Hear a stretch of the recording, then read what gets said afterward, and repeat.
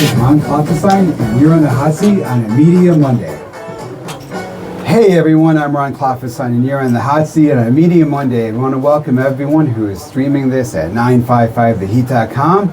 Those of you listening on our broadcast at 95.5 FM The Heat. Tonight we'll be hanging out with Mark Hemmingdinger and Pat Selzer from the Clinton Death Cafe. But first, this past Saturday, an estimated 7 million Americans participated in pro-democracy, no kings protests that took place around the nation. Locally, there were rallies in Utica, Rome, Hamilton, and Herkimer. I was at 3 of them, and I have this report. I'm Ron Klopfanstein at Fort St. in Rome, where pro-democracy protesters have gathered for a No Kings rally against the Trump administration. I'm with Lindsay. Lindsay, you brought your whole family to this event. Yes. Why is this a family thing? I think it's important to get everybody involved when they're young. That way, as everybody gets older, they understand how important having a democracy actually is. Now, when you speak to your children about current events and like national issues and stuff like this, what do you say? How do you explain it to them? I try to explain it as honestly as possible, but in a level that would make sense to them. How do you do that? Because I'm wondering, like, if somebody could explain it to me in a way that makes sense to me, as someone who, especially standing here at Fort Stanwix, having grown up with this whole ethos of 1776 and the Constitution, and to see, like, in 2024, it starts to, or 2025, it starts to come apart. It's too hard for me to wrap my head around. How do you do that, and how do you explain that to your kids? I try to break it down into stuff that they already understand. So, for example, like a superhero type thing. Mm-hmm. The superhero does the work to keep everybody else safe. Yeah. So the people in Congress are supposed to do the work to keep everybody in the United States safe. Right. So you're here to get them to do their job? Absolutely. And who are your kids? This is Rosalind. Hey, Rosalind, how are you? You have saved the trees. Yes. Is that an issue that's important to you? The environment, saving the trees? Yes. Yes. So, did you make the sign yourself? Mom just outlined the words with But you with colored pen. it in. You colored it in, right? Yeah. I love it. I like your colors too. I like the green for the tree, and I like that you have a cross with a bulldozer because you're on the side of the trees, right? Yes. Good job. And you have Dump Trump, sort of a starlit imagery here with a fire, cool picture here. Were you involved in making the sign? Mm-hmm. And what did you do to make the sign? Well, Trump is the end, and he's obviously on fire. And what's your other side here? It's no kings. No kings. And did you draw that? Yeah. Good job. So why are you here today? Because Trump's an idiot. Yeah. What do you want for your future? As an American, you're going to grow up. When you grow up, what do you want the country to be like? Trump in jail, no more bad stuff happening, that kind of stuff. What kind of good stuff would you like to have happen? Like people getting their rights back, and like no more like scary people and stuff, that. I like that. And that's Russell. Thank you guys. Russell, thanks. I'm with Mike. Mike, you're the media coordinator for this event. That's correct. What is this event, and what is it for? Well, this is an opportunity for all these people to show their dissatisfaction with the way our government is going right now. Dissatisfaction with ICE, dissatisfaction with ejecting the immigrants, with spending money on things that don't include health care. It's a chance for the people to really speak up and show their feelings. As media person for the event, you've obviously been out there talking about this and covering this. What are some of the misperceptions that people have about what's happening here today? Well, the biggest misperception is it's not a Hate America rally. What is it? Everybody here loves the country. They're here because they love the country. And when you hear the Republicans saying it's a Hate America rally, that's just couldn't be further from the truth. I know it's hard to speculate, but why do you think that Republicans are trying to push that narrative? I think because they're scared of the opposition. They're scared that the actions that they're doing are starting to cause so many people to see it from our perspective and not theirs. But I'm wondering too, do you really think they have a reason to be concerned when, Trump is a controls the White House. The Republicans control the Congress. The Supreme Court is very Republican, conservative dominated. It seems like they really can do whatever they want to the American people in an abusive way without us doing anything about it. So what do we do? They have to stay within the law. The courts may be biased for them, but they have to stay within the law. And if they don't, they'll pay the price later on. You know, Nixon didn't go to prison, but many of his cabinet did. Yeah. So the law will catch up with them eventually. And eventually the pendulum will swing in politics and another side will get in there. And hopefully we can bring some normalcy. That one nation, under God, indivisible, with liberty and justice for all.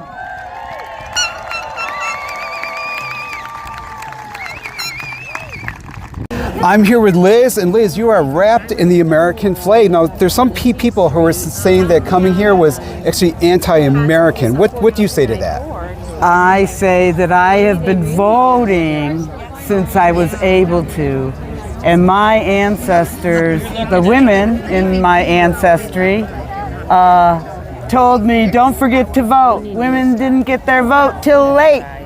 So I am a registered nurse, and I've been fighting for good health care for our country and the people that live here my entire career. And I don't want to see that go away. In fact, let's improve it. Let's improve it.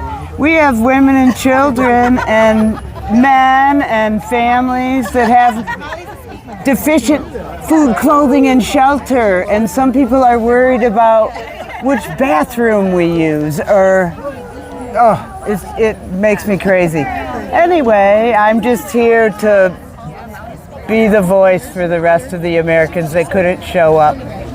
If your grandmother, your great-grandmothers were here today, what do you think they would say? I think my grandma Marion would be right here with me. Why? She was a suffragette. She was one of those. And went all through, she went through all of that. She lost sisters in the pandemic that happened in 1918. I mean, she lived through what we recently have lived through. The people that are here lived through it. And I just think America is for Americans. It's not for the National Park Service to put a ballroom in or anything like that. I'm a big Park Service proponent. We have beautiful things in our country and a lot of talent, and thank God for smart people, and a lot of them live here, and we're very talented, and we should optimize that. What message do you think your great-grandmother would have today if I were interviewing her? She was a suffragette. She lived through a pandemic. She instilled in her children patriotism and the desire to fight for rights. If she were here today, and if I were interviewing her, what do you think she would say? If I were to ask her, why are you here right now protesting against the Trump administration? She would be here for America and our cause. We came to this country hundreds of years ago to get away from somebody that ruled us and told us what religion to have and let them eat cake. What kind of crap is that? You know what? It's like golden ballroom talk, you know? It is golden ballroom talk. Yeah. Well, people are starving. Yeah. In our own communities. Food costs twice as much as it used to. In our own communities. I have recently gotten together with local farmers, and I try to buy from them because I know that they are having trouble too. You know, I have a lady that I get my eggs from, and somebody I get my squash and my baked goods and my canned goods from. Do you think that maybe like one thing that might come out of this bad time is that people will have a greater sense of their need to be part of community, to be civic themselves? Is that a possibility, like maybe one good thing to come out of this bad time? Well, here we are. There's a chicken over there. Why did the chicken cross the road? to get to democracy. John, what is the official count? How many people are here today at Fort Stanwix for the No Kings protest? I've gone through and counted numerous times, about 2,800 people. 2,800 people. Yes. That's a lot for this area, Yes. right? Oh yeah, it's the last No Kings rally that I counted at, we had about 1,250. So it's more than double. More than double. So what does that tell you? It tells me that this movement is really picking up and people are paying attention to what's going on nationally and are concerned, rightfully so. And I think this is just showing that to everyone else out there. In your experience talking to people at events like this, maybe you've encountered counter-protesters, do you think that overall more people are starting to turn against Trump, be fed up with all the high prices, the terror on the streets with ICE and... Is there a change? Yeah, I think this definitely is a change. I think people are more willing to come out. I think people have always been somewhat against him, from not agreeing, particularly with his policies. They may not like, quote unquote, the other side, but they're starting to see, right. Oh yeah, here's what's really going on, right, and it's brought it out to the fore. I think one of the paradoxes that we have too is a lot of people were turned off by him since 2016, right. By the crudeness and the right. Gross sexual nature and kind of just the greed of what he stood for. Right. And people, I felt, were afraid even then to speak out against him when he just simply represented greed and crudeness and stuff. Now people have articulated real reasons to be afraid because he's using his ICE people to he's using ICE thugs to kidnap people off the streets and send them to other countries. Right. Now that people have probably an actual reason to be afraid, yes. Do you find that more people now are actually speaking out because they're pissed off that they're being made to be afraid in the United States? Yeah, and I think what's happened has been a little bit of a sea change from when he first took office, where people were afraid, but were afraid to speak out. Right. Now it's gotten to the point where they've said, we can't stand by on the sidelines. And I think that's what you see here. Right. Why are they saying that? What will happen if people do continue to stand back on the sidelines and allow the Trump administration to continue what they're trying to do and allow the Republicans to let Trump do what he wants to do without stopping it? What will happen? What is the future? Our democracy's on the line. It's pure and simple. That's what it comes down to. It's not, you're not talking about there's going to be a couple of people taken away and everything. This is our democracy that's being eroded day by day by day. And I think that's the big thing that people are starting to come to the realization. I'm here with Carrie, and Carrie, your sign says, "No kings, don't fear your neighbor, fear the system spreading hate, spread love." So what are you talking about? What's spreading hate? I'm saying that our government is putting out rules and fear throughout America where you're scared of your neighbor or of an immigrant or of anybody hurting you or taking money from you, when the real fear should be that the government is putting those rules on you. I feel like the basic American, really, we care about each other. You want to see your neighbor do well. And the government is putting out this idea that you can't do well if you're helping your neighbor. But that's what I was always taught growing up, that if you help your neighbor, the system in the world is a better place. And I think we should spread that more than instead of being scared of each other. Are you feeling fear? Yes. Yeah. Why? Because as a woman, you have to worry about your basic rights as a female now. I have family members and friends that are gay or of different, sexual orientation that really I fear for their rights. Yeah. They have families. And for my nieces and nephews, I don't want them to grow up in a world where hatred is a normal thing. I love those kids. And you should love everybody's kids. You should want them to do well. Even people that are from other countries or people that have different color skin. Well, yeah, I don't think that should ever be something that crosses your mind. Why would the color of somebody's skin depend on their worth as a human being? And I'm not scared of anybody with any color of skin. I'm scared of people that are telling me to dislike somebody because of their sexual orientation, their gender, or the color of their skin. That's more fearful to me than giving some money to a single mother or anybody that needs help.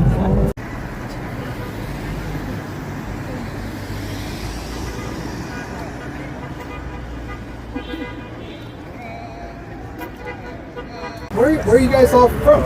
I'm from Oneida, Casanova, Erieville, Oneida.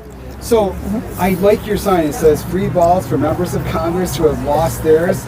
I know what that means for my listeners, my audience. What does that mean? That basically means that I wish they would grow a spine and a set of balls and do their jobs. Are you Protect our surprised Constitution. that Republicans in Congress haven't stood up to Trump at all yet? I am.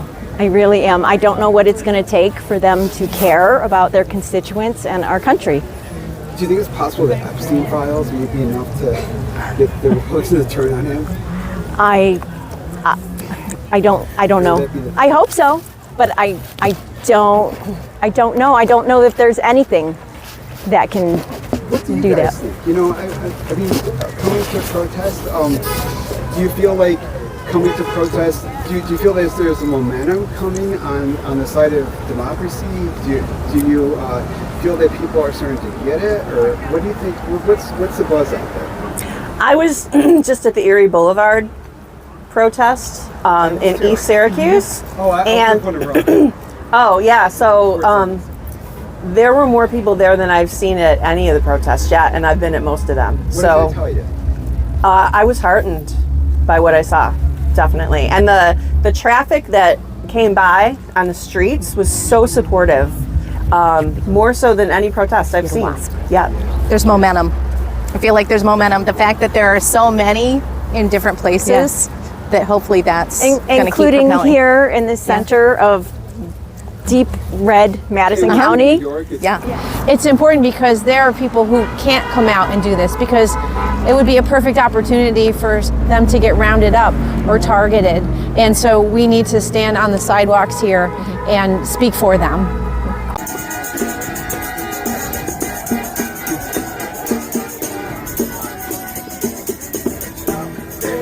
I'm with a group from Fort Plain. So why are you guys here today? I'm here today because I just want to remind everybody, it doesn't matter if you're a Republican, if you're a Democrat, we're all here for the same thing, the Constitution. We are all the same, and we need to remember the Constitution. How about you guys? I'd honestly be embarrassed if I wasn't here. Yeah. Me too. It's time to do what's right. Yeah. And why is this the right thing? I feel like, honestly, as a woman, I feel like we're slowly going back to 1950, and I really would rather not. And it's really up to us as people to make a change at the end of the day. So everybody out here, it's really inspiring because this is what we need to do. We shouldn't be fighting for fundamental rights, to be honest with Right. you. So why are you guys here today? To protest Trump. Yeah, like what particular issues are like foremost in your mind? I just think he's pushing too hard to change everything. I mean, in what ways? The government, the federal, everybody. All his puppets are just not acting like professionals. They're just going. I mean, just his recent rants on the people that he's taken to court recently. Let's get him in there. You know that the statute is going to end. I mean, these are our real. You know, I mean, come on, a judge is not going to look at that and go, really. Have you guys ever been like involved in politics or protest before like Trump came This along? is actually my first one. The first one ever? I went to the Occupy Wall Street back in 2011 and 12. I was living in Baltimore at the time. I went to those protests to support the Occupy movement. Since then, this is my first one. Well, so I want to ask you both. So what was the thing that made you decide to come out to this one? It's because Trump, like no other president before, conservative or Republican or Democrat, has stirred this much division in the country. And the Trumpers think that he's the best thing since Christ, but really most of us feel like they're in a cult. Basically, MAGA is a cult. It's not just about I'm not that anti-Republican. I'm more anti-MAGA more than anything, because the people follow him around no matter what he says or does. There's literally nothing he could do wrong. And I think that's a scary thing when you're the president, I'm with Debbie in Herkimer, and Debbie, your sign is very clever. So where did you get that idea from? I kept seeing the bottom phrase on Facebook, and I thought it was appropriate for today. One of the things that I've been talking to people about at these protests, especially based on their signs, is really kind of the need for using satire and humor to deal with a time of what's happening to us. Do you agree with that? I do agree. Do you think that's one of the reasons why, like, the Trump administration has gone after, like, Stephen Colbert and Jimmy Kimmel, and, you know, it's like, is humor dangerous to dictators? I know it's dangerous to Trump. He's so thin-skinned. He can't stand that. So and I love it. So why are you here today? I'm here because I started really paying attention to politics during the Trump and Clinton debates, and I have followed every day since. And the movies are going to be epic. The humor is important, first of all, in this day and age, because we're living in very difficult times. There's a lot of rights being taken away. There's a lot of things going on, and at this point, it's really important that we at least keep our sense of humor and also be here in force with all these people here, you know, standing up for our rights and what's important in this country right now. Do you also find at times that humor is powerful? You know, is it telling that Trump directed so much of his censorship efforts against Jimmy Kimmel and Stephen Colbert? Right, exactly. And you know, that's comedy, and he doesn't understand comedy. He takes everything personal, and he goes after those kind of people and stuff. You know, comedy gets us through life, quite frankly, and comedy can also be very pointed. Can make a lot of points, you know, whatever, politically, etc. And it's about it's really speaking important. truth to power. Yes, yeah, absolutely. You might want to interview my husband here. He's dressed up nicely too. Where, Dale? Dale, you seem to be articulating the No Kings theme here. Can you speak to that? What is today all about? Well, I think it's about showing up, for one thing. It's about being here to let, particularly the current administration, understand that we're not satisfied with the direction they're trying to push us. When you say no kings, why is it that you consider, why is it that you regard Trump as a king? Because he's basically circumventing all of the protections that we have in place. He's ignoring courts. He's feeling as though he can do whatever he wants to do without any repercussions. When you say that to people, like, do you feel that people are starting to, like, come around to that, or do you think people are beginning to see that too, or? No, I don't think that I've convinced anybody. I think that people have convinced themselves. They can look and see and make their own decisions. I'm just here to lend a voice, not to convince anybody. Well, why don't you lend that voice? Give everybody a cheer of no king, and I'll get on camera. No kings! No kings! No kings! No kings!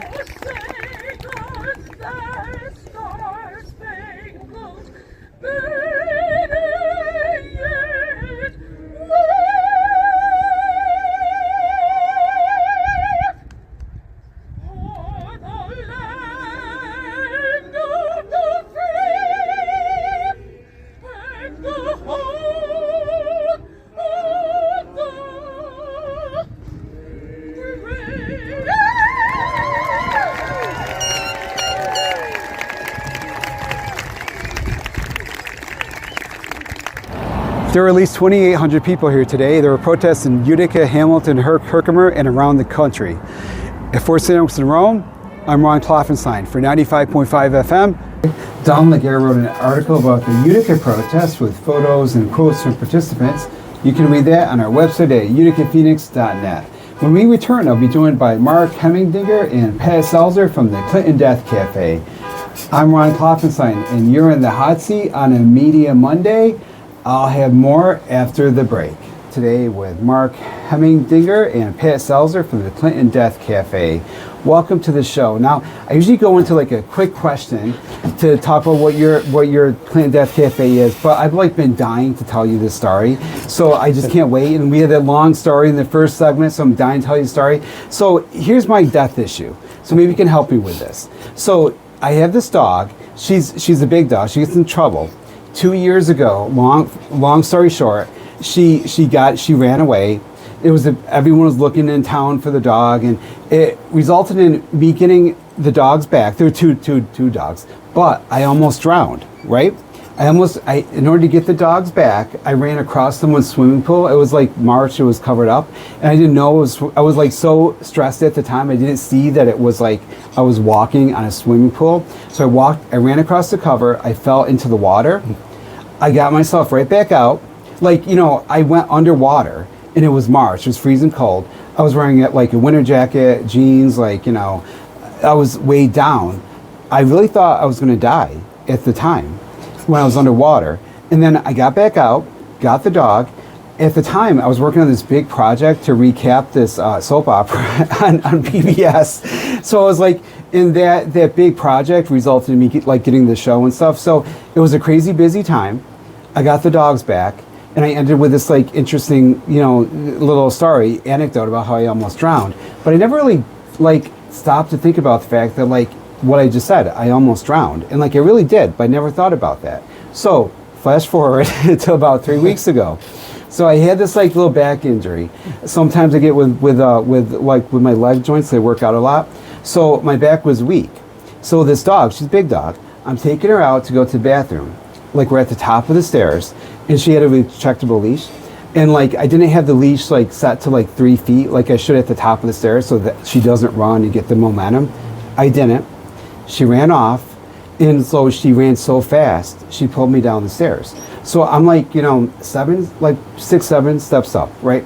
So I'm really proud of myself too, because I actually like kind of commander rolled down the stairs. So all these fitness workouts, you know. But I remember vividly thinking to myself, as I'm halfway down the stairs, I thought 2 things. I thought, oh my God, I'm like falling down the stairs, and I was thinking to myself, kind of cool. I'm actually like rolling down. I'm not like falling, hitting my head down my back, you know. But I also thought halfway down, I like realized at the bottom were 6 cement blocks. And I really thought like in the moment, like I just thought I'm dead, like this is kind of it. So what happened to me, I got to the bottom, and since I am kind of in good shape, proud to say, I was pretty much okay, except my back was much worse. So like I really couldn't get around for a while, but I had my phone and I had the dog getting the leash. I held on, you know, even though all this falling downstairs. But I had to call my husband to come out from outside. He was inside, I was outside. Come and get the dog. And then just so that I could like stand up without anyone around me. And it was funny because you know how when people sometimes like fall down and have a physical thing, they get the wind knocked out of them? Mm-hmm. Well, that didn't happen, but it's sort of like the wind got knocked out of me emotionally. For like 5 minutes, I like couldn't like get up, like not physically, but I just couldn't. Like I thought, oh my God, I'm gonna die. So then I did. I come inside, and it, like for that night, like I had to like get around the house on an office chair with wheels. like my back was so bad. But I never thought about it. Like that moment, like how I almost died, I like instantly put that out of my head. So what's kind of happening now is that I start to have this weird idea, like that my dog will cause me to die. Like bad luck comes in threes. And I keep thinking to myself, oh my God, what is this dog gonna do to me next? Is she gonna start a fire? You know, dig a sinkhole underneath the house? Like, what's gonna happen next? So I know that's kind of crazy, but like, what should I think about that? What would the Death Cafe say about this? The Death Cafe would say that life is finite. And it's all about living your best life because we know it's not forever. Right. So when we can embrace our own mortality, and hopefully it's not for a long time. Right. But you'll live a long time still. Yeah. But it's a reminder that it's not forever. Right. There was as I was thinking, it was really strange because with the drowning thing. So at the time, there was a 3-part mini series on PBS about an actress in England on a soap opera whose character was killed off on the soap opera. It was like a big thing in the UK, but we don't know about it here, but it's big over there. So the whole series was about like the death of her character. So I was kind of immersed in that as this was happening, because I was supposed to be recapping that and do this big, like, write all these articles about this. So as I was dying, I mean, do you hear what I just said? I said, as I was dying, as I was underwater, I thought to myself, oh my gosh, like, this is how I died. Like, this is how my character died. Like, who would have thought, like, I was going to drown, you know? But, like, I was so convinced, like, that was it. And then, like, I snapped back. Obviously, I got myself out. But, like, why? What should I have done? So my question is, Ron, what do you have in place if you did die? Does your husband know what your wishes are? No, I never talked about. I never talked about anything. So that would be, I think, one of the important things, and one of the important things of what the Death Cafe is really promoting is people to talk about those issues, because you never know when it might happen. I think I mostly deal with it like utter denial, like most which people. isn't really good. Right, so you're not alone in that. But it's so important to think through what your wishes are, to communicate them, and then to keep that person updated, because you might change your mind on certain situations. True. So to have that awareness, and it's all about that communication. You're doing your loved one such a favor. Right.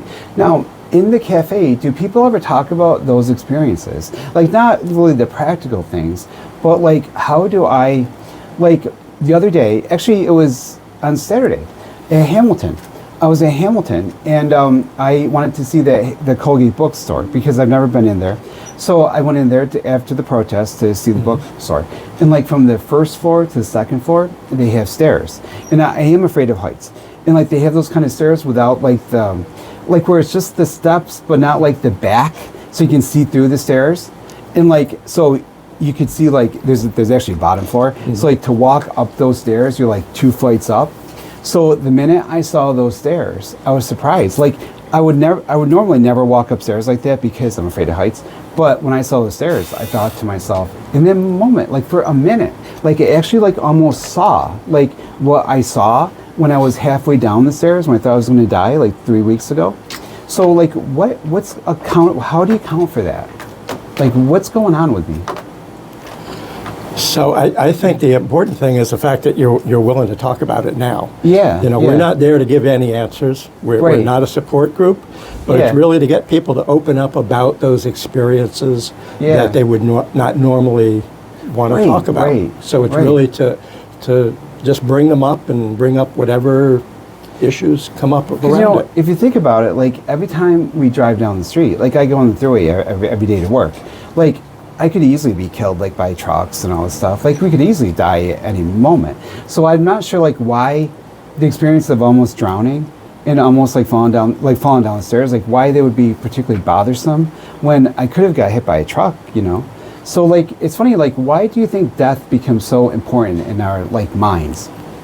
I think when you get closer to it like that, halfway down the stairs, thinking about getting hit by a car when you're underwater, right? Because it actually happened to you. Yeah. So it really brought it right to the forefront. Well, I want to hear more about the Death Cafe and what people do talk about when we come back. We're talking today to Mark Hemmingdinger and Pat Selzer from the Clinton Death Cafe. I'm Ron Klopfanstein, and you're in the hot seat on a Media Monday. We'll have more after the break. Our community is full. See on Media Monday. Hey everybody, welcome back to the show. On the next Hot Seat Media Monday, the Happy Hags Dance Troupe of Central New York will be here for Halloween, along with Susan Mojave, who will be bringing cast members of the new Hartford High School Drama Department's production of Beetlejuice. Join us for that next Monday, the Monday before Halloween, right here on 95.5 FM, The Heat. Death Cafe is a global movement to get people talking about death and end-of-life issues in a comfortable, relaxed, and welcoming environment, with a view of making the most of their finite lives. We're going to do just that right now with Mark Hemmingdinger and Pat Selzer from the Clinton Death Cafe. Welcome back to the show. So we talked in the last time of kind of like what I think about death, my near-death experiences. What do you guys think about death? It's such a part of life. It's something we can count on. And many people really fear it, but it's inevitable. Mm-hmm. So I know my experience is a little bit different. My father was a funeral director. Oh, so you've had a lot more experience with it. Yeah. We lived above the funeral home. Oh, okay. Yep. So again, I know my experience is a little bit different, but I was surrounded by it from when I was an infant. Yeah. Interesting. So I have to ask, so growing up above a funeral home, was it hard at times, like to keep to not let an overall tone of sadness or despair creep into the household, dealing with death all day long, your parents? So there is a lot of sadness, and there's also joy that comes along with it, because often there's that celebration of this person's life. And when families come together and other loved ones and friends to pay their respects, that's when you often hear really good stories about that person and how that person may have affected you and impacted you. And then if you're sharing that with the family members, they might not have known those stories. True. Or if they did too, it's just so good to be reminded of them. So yes, it's sad, and yes, it's beautiful. And those two things can coexist. Do you think that for you, like growing up above a funeral home, that gave you a more of a comfort level with like the physical aspects of mortality, and so maybe that like makes it a little bit easier for you to deal with the emotional aspects of mortality? It does. I'm very familiar with it. I would walk in and there might be the deceased person laid out in the funeral parlor, and then we lived upstairs, so I saw it constantly. And then I'd often have my friends from school come over to visit, and sometimes that's when they saw their first deceased person as well. I'm thinking probably, you know, for the people that want to see that it probably is a healthy thing, because then you really know like what happens afterwards, at least to your physical body. So there's such a mystery about it. There is so much mystery about it. Right. So Mark, why don't I ask you, like, for the aspects that are mysterious about death, how do people handle that? Like, what happens after you die? Like if I had drowned, you know, I guess that's part of the question I think about, and I know you don't really have the answer for this, but like when people talk about this stuff, how do they deal with the unknowable? So I think that's one of the things that we try to promote, is to get people to talk about what their beliefs are, what their experiences have been. As you said, nobody knows. It's an incredible mystery, and we try to honor that. But just to get people to talk about it in a relaxed atmosphere. We always have cake, so people are comfortable. Cake and coffee, and then people bring up whatever issues they might have on their mind, whether it's practical issues, like you said, or talk about the more spiritual aspects. We just give them an open forum to be able to talk about it openly. Do you find that people who are facing the end of life, or facing the end of life of their loved ones, are better able to deal with it if they have like a concrete certainty, at least like in their own minds, of what happens after death? Or people that are more like open to like not convinced of what if there's life after death or how that works, are those people more open to death? Or like what kinds of people do you find are more face it better? Or is there a type of person who faces it better? I think my experience, because I worked with hospice for almost 25 years. Oh, yeah. And just seeing that when people had a faith background, they seemed to be able to handle it better. Mm-hmm. But when, as things got closer, sometimes people question.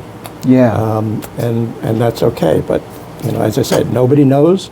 But it does seem that when people have a strong belief system, they are a little more comfortable in dealing with it. How do you guys, as like organizers or hosts of the Death Cafe, how do you handle it? Like if someone comes in who really wants answers, like if I come to you, like really right now, like kind of what I asked you was kind of like asking something that I should have asked a psychiatrist for, or a therapist for help public, but I asked you, and like I'm sure that this happens, like you have people come in who really want answers or want you to like make sense of things. How do you grapple with that? So I think one of the things is we're not there as experts. Mm-hmm. And once we get the whole thing rolling, we just become participants. So we're not there to answer people's questions as far as metaphysical questions. We're there just to give them a place where they can voice their concerns, their beliefs, whatever, in an open atmosphere where they're not going to be judged. Mm-hmm. And I think people just need to give a voice to what they believe. We keep that conversation flowing. So as facilitators, it's one of the roles that we have. And I learn something every time I attend one. I'll bet, yeah. What are some of the things that you've learned? Like, what are some of the things that maybe have surprised you, or some of the themes that you find recurrent in your discussions?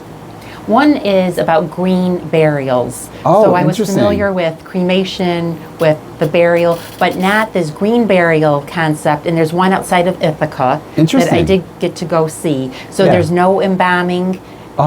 There's no gravestones. The person is put into the ground and naturally decomposes. Wow, interesting. So do people find, do you find that people have comfort in like knowing what's going to happen to their remains?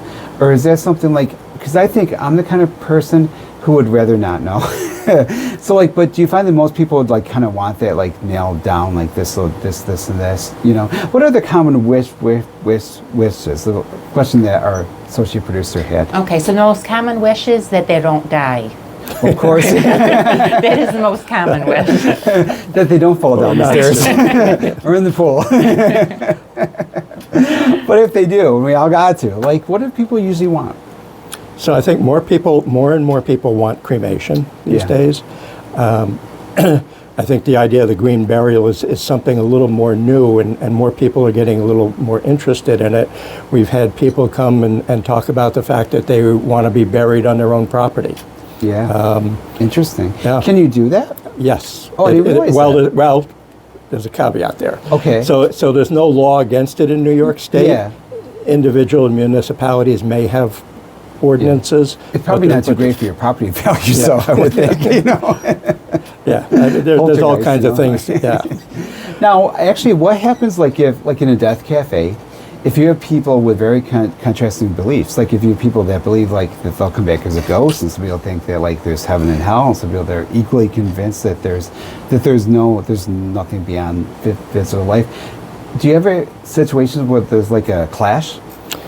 I don't think we've had a clash, and we really try to, from the outset, let people know that this is a place where people can speak their mind, not be judged, and really it's not a forum for a debate.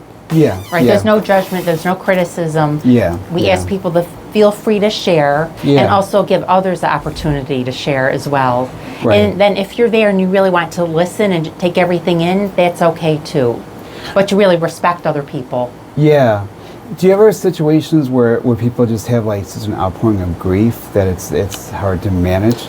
I think only one time there was a gentleman that came whose wife had only died a few days before. Yeah. And I had to explain to him that, you know, this isn't a grief support group. Right. It's not our purpose. And he ended up leaving, and I did talk to him, you know, outside the meeting, you know, about options for counseling or, you know, support. You know, we can provide that to people, but the Death Cafe itself is not really meant as a support group. Right, right. So we try to stress that. The two of you must have such like unique characteristics that are so beneficial to people who come to you for help or to join this. Like you worked for Hospice Mark for 25 years, and you, Pat, grew up above a funeral home. What kind of insights or what kind of like perspectives do you think that you two have that like other people don't? Like, I mean, obviously you deal with this stuff much better than I do. So like, you know, but what kind of lessons have you learned in your life that you can impart to our audience, to me, to your Death Cafe people? A couple things. I'm thinking one is to make the most of your life and enjoy it because it's not forever. The other thing is to make your wishes known. So to complete your healthcare proxy, to have the conversation with somebody that you appoint to be your agent, and to give that thought too for what your wishes are. Yeah, yeah. So those are both good. Yeah. How about you, and I Mark? think, you know, one of the things that we used to say at hospice is, you know, death teaches us how to live more fully. You know, How? the fact that you know it's finite, that eventually you're going to die. Take advantage while you're alive. Live your life to the full, as best you can. It gives some urgency to things in life. When I was I think about like 20, 21, my father died of cancer. And that is something that had such an impact on my life in terms of, that's when I learned that lesson that you're telling people now. Because I remember like realizing that like there's a point where like everything you were ever going to do, if you didn't do it, you're not going to do it. And to go out and to like live your life, which is how I live my life now. So, but I'm wondering, like for me, seeing the death of my father and like really knowing like, yes, that happens. And actually like I've already like lived 10 years beyond his life. So I've already 10 years beyond that. And actually I was desperately sick, bedridden for 10 years. So I've gone through a lot of stuff like that. So I really do have a good sense of mortality. But I'm wondering, like, did you guys have like a moment in your life, like a focal point, like where you like kind of got that lesson yourselves? Like you grew up above a funeral home, but still like really accepting, like, you know what, it will end. I think there's a point in our lives where we reach that realization. Do you remember what that point was for you two? I really think I've kind of always had it, again, because of my very unique upbringing. That's true. You would have to be in the business. True. I think growing up, I was terrified of death. I remember having, when I was 16, 2 close friends were killed in an accident. And so for you, like, I had no idea how to deal with it, and was terrified. I was afraid to go visit long-term friends, the family, after the death, partly because I didn't know how to react. And so it was a little ironic that I ended up at hospice. But witnessing people dying and being present as they died really gave me a different perspective. How so? Like, I understand like the perspective of like the acceptance and to make the most of your life, but I really think like 25 years of that, like that must have been, how do you not be brought down by that, be saddened by that? So I think coming to the realization that everybody dies. And with hospice, our goal was to help have the best death possible, make people comfortable, to know that we were able to get people out of pain, have them to be able to be present with their families, not to be in a hospital setting, just to make it as best as possible. Really made a huge difference. And I think as what really surprises people is, we had a lot of laughter at hospice. We would joke around with patients. We would joke around with families. I remember going to a funeral, one of the first ones after a patient had died, and walking in, and one of our nurses was in the center of people just laughing hysterically, telling stories about both the patient and I hope it's their like experiences. that when I die. I want to laugh too and have people. And that's one of the things about the Death Cafe is there's a lot of laughter there. And that's what surprises people. I think one of the biggest surprises is we have a lot of fun. We really do. So it's cake, coffee, and conversation. And the cake is kind of a icebreaker, and it gets people relaxed too. And then it does not take long for there to be some funny stories that are shared. So one of my favorites is somebody shared the concept about items going into the casket with your loved one. She said as her father was getting older, she and her siblings were really concerned about his driving. They wanted to take the car keys away from him, and he would say, "Over my dead body, guess what they put in the casket with him?" I think my favorite story was a woman was telling how she had friends come over and they were going to write their obituaries, and she was saying how she wrote her obituary. And I said, "Well, how long did that take you?" And she said, "About 2 bottles of wine." That's probably a healthy thing to write your obituary. I've often thought about that. I actually should do that too, because you want it like the last word, to be like your own kind of thing, So Pat, did you stay in the business? You grew up in the funeral business? Is that what you're in now? All right, so it's funny. So funny you ask. So after growing up in it, I wanted nothing to do with it. Even though I had great Halloween parties when I was in high school, really good ones. But I took the path of nutrition, so not mortician, but nutrition. Nice. Did that for decades, loved it. But now as life has a way of working out, I'm at the funeral home. My father would be so proud. So I'm a funeral associate and a bereavement support coordinator. And it's an honor to be part of people's lives when they're going through one of the hardest things ever. Right. Really, it took such a hard time. And what are some of the things that like they taught you? Like what do your parents teach you in terms of talking to others going through that time? Especially as a child, you must have talked to adults you didn't know who were going through grief. Like how did your parents prepare you for that? So it's having this calming presence. And really what people often need is to be heard. So it's not as much that they need to hear things, but just to know that we're hearing them. Right. So that's one of the biggest parts of it. They probably really want you to like I imagine that when people lose someone and they're like, meeting you to plan the arrangements stuff, they really want to feel that the person they're talking to really understands how they feel and also what the person was like. Mm-hmm. Yeah, everybody has a story and everybody has some worth. Yeah, I'll bet. Well, tell me, what's coming up next for the Clinton Death Cafe? I saw a thing on Facebook. You have some, other than me on the show, you have some of that coming up? So one of the things that we've tried to do is we try to hold death cafes in different locations. Mm-hmm. I love you go to the Tram, one of my favorite places. And we actually are going to be having one come up.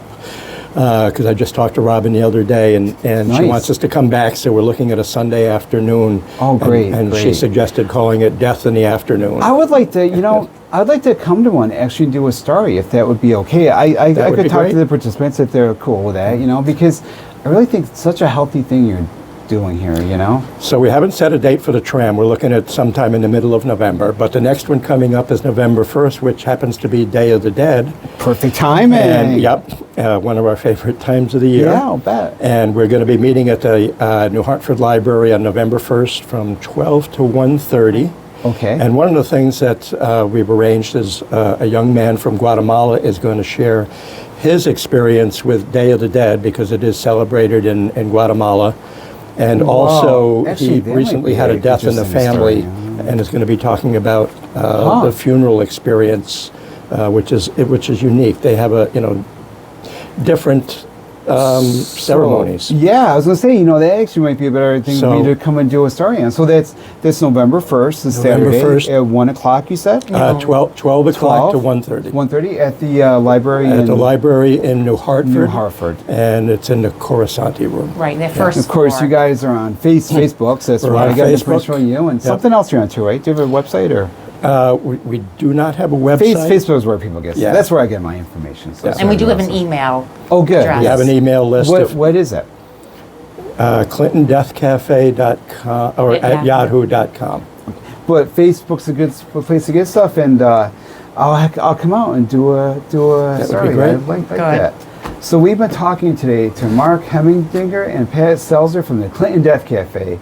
I'll have this story about the No Kings protests on my YouTube channel, Instagram, TikTok, and Facebook pages at 9 p.m. tonight, and I'll have this entire episode online Wednesday at uticaphoenix.net/Media Monday. Our sound engineer is Jonathan Brooks. He's DJ Jay Easy, and he's up next with an Easy Ride Home. Jim Hale records the show for YouTube and podcast, and he's our AI content producer. Lily Christopher is our associate producer. Nabil Khan is our entertainment correspondent. And I'm Ron Klopfanstein. I'll be back next week with another Hot Seat Media Monday.